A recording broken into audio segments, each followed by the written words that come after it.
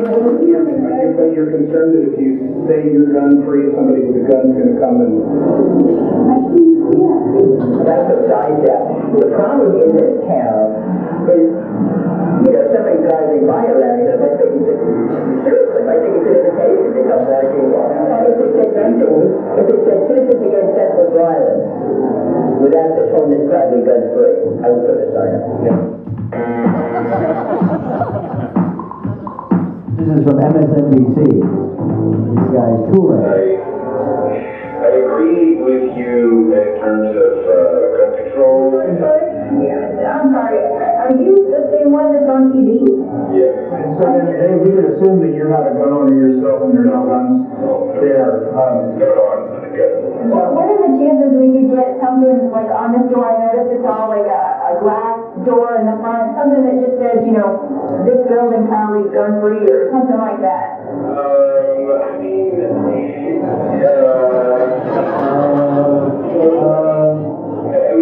That I'd have to talk to my neighbors. I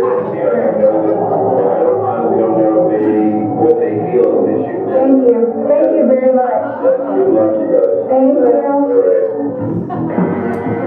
Alright, so this is the best one here. Citizens Against Senseless Violence. We're going around. This home is probably gun free. All you ever got was against guns. I'm not. That answer your question?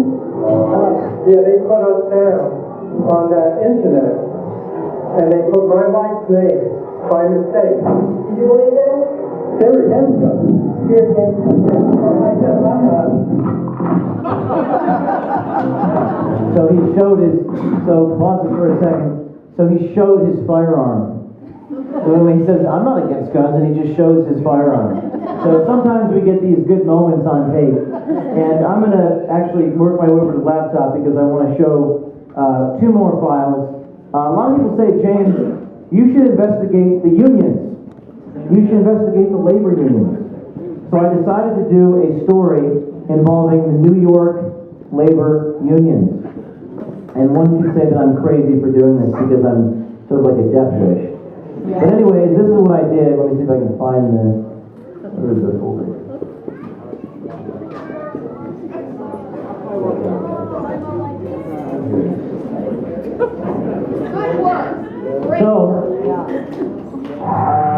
So I decided to do an investigation into the labor unions, and I wanted to make a complicated concept very easy to understand for people. So in New York City, when they do the repairs for the bridges and things, the people just work for weeks and weeks and weeks and weeks and weeks to keep themselves employed, right? Even if the project can be done for a day. So I just started to start a company, a fictitious company called Earth Supply and Renewal. The mission of Earth Supply and Renewal would be to dig a hole and then fill the hole back in. How many people saw this video? So maybe like 15% of people. So I decided to meet with the labor unions on the condition that they would help me get taxpayer funding to dig a ditch and fill it back in again. I mean, I can't make this stuff up. What they said to me when I met with them is unbelievable. They said that that's basically what they do all the time. So you have to watch this. Of course, no one in the American media. You say, well, why isn't Fox covering this? I don't know. Maybe they're afraid of getting killed. No, but nobody in the American media covered this story. In fact, the Canadian media, Sun News out of, I think it's Ottawa or Toronto. So watch this. It's called Earth Supply Renewal, digging holes and filling them back in. Don't believe it? A conservative activist has proven it. Check this out. We're dedicated to providing Americans with jobs and getting this economy back on track. That's why we're partnering with public officials and the unemployed to provide sustainable economic development and give hope to the future of America's working class. So what exactly do we do at Earth Supply? I'm glad you asked. Our jobs are shovel-ready, literally. First, Our excavation specialists insert their shovels into the ground and remove the soil. This presents the problem of an existing hole in the earth. At Earth Supply, we train professional backfillers to renew the soil in place of the existing hole, restoring the earth to its original condition. Some folks say we're just digging ditches, filling them back up again. It's about more than that. It's about jobs. In reality, that's a company OKEEFE created to bait the unions. And what a catch he got. Check this out. Both you guys work for Earth Supply and Renewal, right? That's correct. He's been digging the ditches. Then we dig the ditch, we take the dirt, and we put the dirt, we actually just take the dirt and put it right back in the ground. It sounds like it, it almost is exactly the same as where we were with Green Jobs in New York. Like helping to find public funds, even if it's just, what we do is just, hey, there's some dirt today, and take that. People are willing to give you the money, that's fine. We're doing everything, the Green Jobs in New York between us, a lot of that's bullshit. A lot of that's going for stuff that, Oh, really?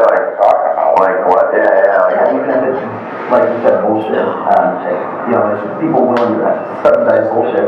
well, I think the key thing is even if it's bullshit, I think as long as people are working, that's not bullshit, you know what I mean? Mm-hmm. Then you're doing it dirt. Right. Whether you're Mitt Romney or you're Barack Obama, it's all about jobs, the economy, and people working. Mm-hmm. So at least we're doing that. Yeah, You just want to get the money. Then you figure out afterwards. We can figure out the other stuff. Like the WPA. Yeah, in the 1930s. What, how's that? Well, they did that. Right. They dug the roads up, put them back. Yeah. Well, they got us out of the Great Depression.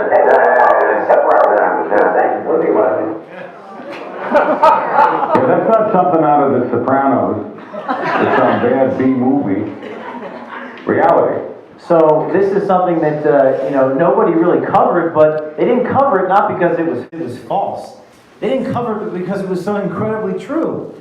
And the good news is now we have we have YouTube and Facebook and Twitter and all these things, and the stories always make an impact, even if they're not covered by ABC News. In fact, I'm about to show you another video, and I want you to watch this video because this is truly remarkable. And I don't want to spoil the ending of Breakthrough, but this video got covered by every media. So this is the Patrick Moran investigation, the Moran video.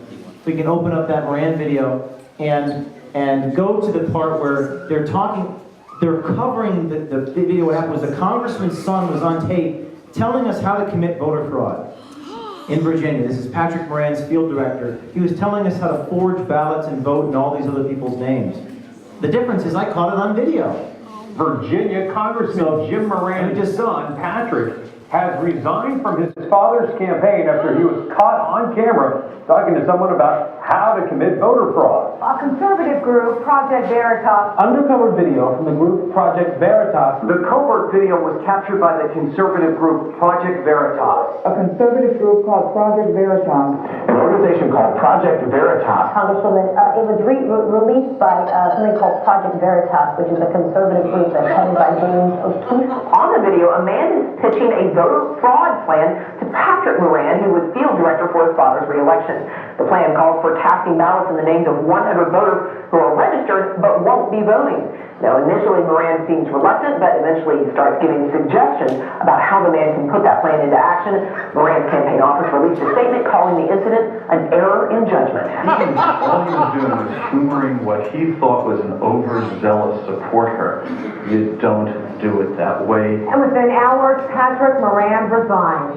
The resignation comes just one day after Congressman Jim Moran called on the Department of Justice to investigate voter fraud. And folks, late last night, Patrick Moran actually released a statement to the website Politico. He said that he never took the undercover reporter seriously and thought he was unstable, so he, quote, humored him.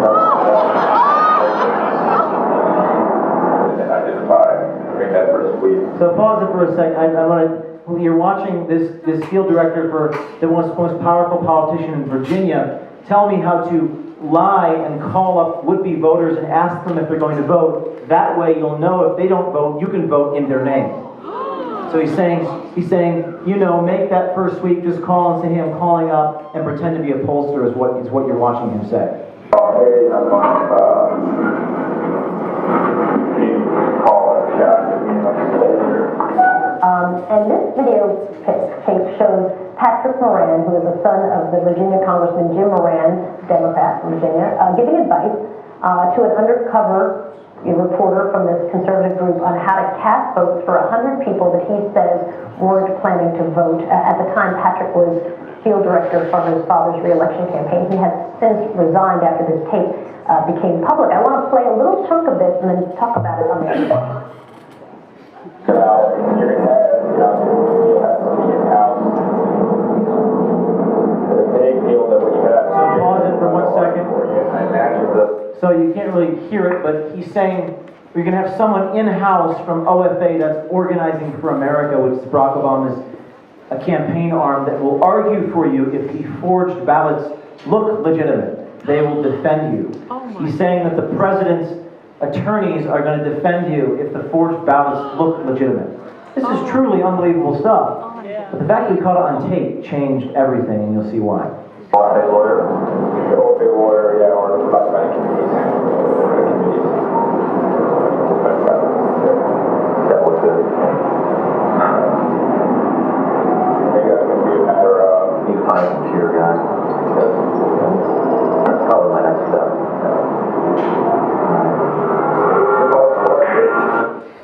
Okay, so what do you think of that videotape? I mean, it's just indefensible, and Indefensible. But look, you know, the difference just here. turn her off for a second. I'll tell you. She's indefensible. Indefensible, but I want you to think for a second, because I know you're disgusted by the sight of this individual. But hold your disgust for a second and know that she's on defense. She's on defense. We put her on defense because there's only one thing better than watching your allies grill your enemies. It's watching your enemy grill your enemy. When Soledad O'Brien is grilling Debbie Wasserman Schultz about voter fraud, that's what we call winning. And after this video came out, guess what happened? The state of Virginia passed a photo ID law in Virginia. And they cited what this guy had said.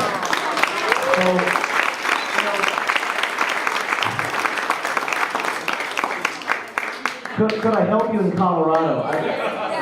The demand for what I do is overwhelming. And what I really need is funding. Because I have 100,000 ideas and not enough money to do them all. But yes, I would love to come to Colorado and do something. But, you know, one of the things that they say is, they always say it's an isolated incident. Well, what if I had 10 of these? Yeah. What if I had 100? Yeah. They can't fire everyone. Eventually, they have to fire the people sort of on top there who control it all. And that's the vision for Project Veritas. That's what I'm all about, is to... And if we can just fast forward to like the last few seconds, I think I have some articles, and that'll be the last part. Keep going a little bit longer. Just play it from here, it's fine.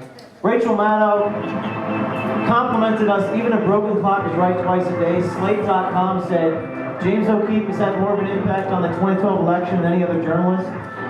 Even Salon.com said James O'Keefe does something right. The video is actually legitimate.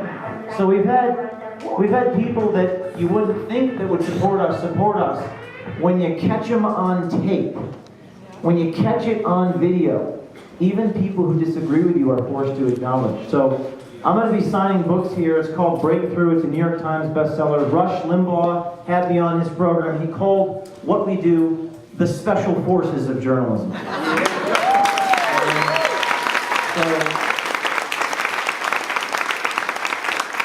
we're going to continue doing it. What's next? Well, what's next is we're going to continue doing this. We're going to do it in a major way. We're going to scale it. We're going to do it across the country.